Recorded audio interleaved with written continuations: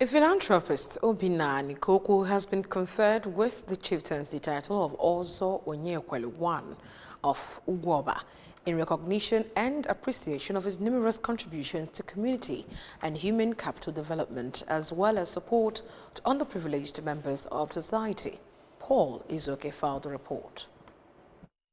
Conferring the title, the head of Ndiozo Ugwuoba, Ozomalaki Nwokolo, said the other title is highly revered in entire Igbo land and conferred on people who distinguish themselves in conduct and integrity, noting that Ozo Anikeokwu has continued to live exemplary life and touched many lives, adding that the title will encourage him to champion the cause of truth, morality, and integrity.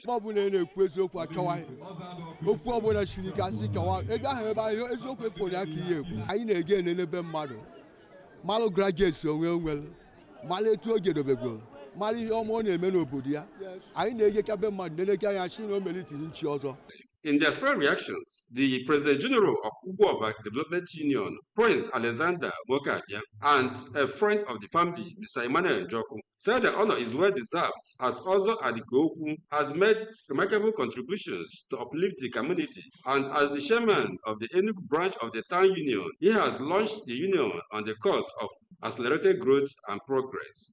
Responding, Ozo Anikeokwu said he was elated and fulfilled to receive the Ozo title and explained that the ceremony was an opportunity to thank God for his blessings, protection, and grace to his family, and called on privileged individuals to use their wealth and resources to serve God and humanity, stressing the need for people to support the development of their community, while his wife, Mrs. Chidebele Anikeokwu, urged women to be alive to their family responsibilities and support their husbands to maintain happy and peaceful family.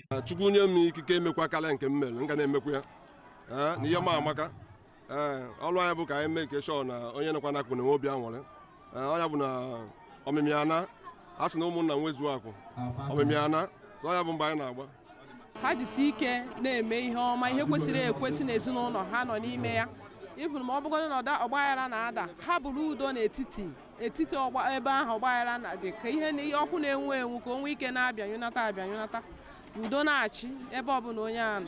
The ceremony featured cultural dances, masquerade displays, and homage to Ozo Anikeokwu by relatives, friends, and well-wishers. From Ugwuoba in Enugu State, Paul Izoke, ABS News.